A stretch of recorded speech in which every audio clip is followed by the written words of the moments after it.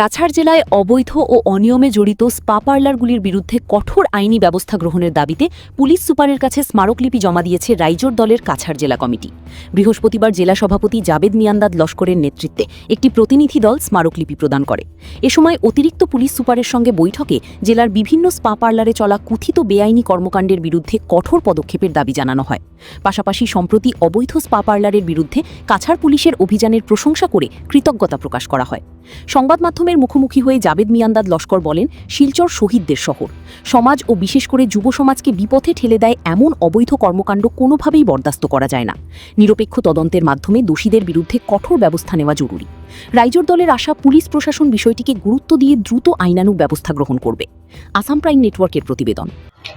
আজকে আমরা কাছাড় জেলা রাইজোর দলের কাছাড় জেলা কমিটির পক্ষ থেকে মাননীয় পুলিশ সুপার এডিশনাল এসপির সঙ্গে আমরা দেখা করেছি রিগার্ডিং স্পা পার্লারগুলোকে নিয়ে।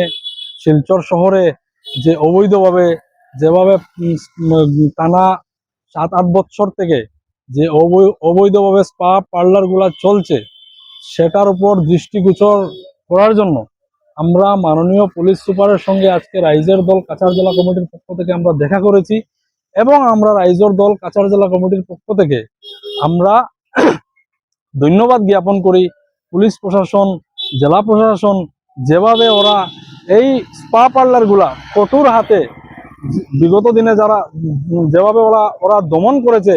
যেমন মহাসড়কের উপর খুদ এই ফেক সার্টিফিকেট নিয়ে যে ডক্টর সেজেছিল জেপি দাস, ওর স্পাকে আমার পুলিশ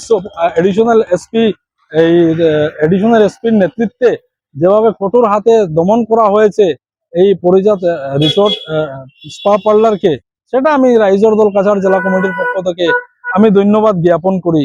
এবং আমি বলতে চাই যে শিলচর হচ্ছে কৃষ্টি সংস্কৃতি এবং এই ভাষার জন্য আমরা শিলচরবাসী হিসাবে আমরা এই গর্ববোধ করি।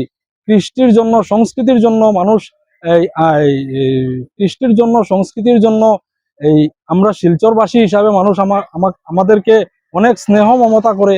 আজকে এই ভাষার জন্য 11 জন মানুষ আমরা শহীদ হয়েছি এই ভাষা শহীদ আন্দোলন করতে গিয়ে। আজকে এই শিলচর শহরের বুক চিরে যেভাবে অবৈধভাবে এই দেহ ব্যবসাগুলো চলছে সেটা আমরা রাইজোর দল কাছাড় জেলা কমিটির পক্ষ থেকে ধিক্কার, নিন্দা এবং গরিহনা দেই।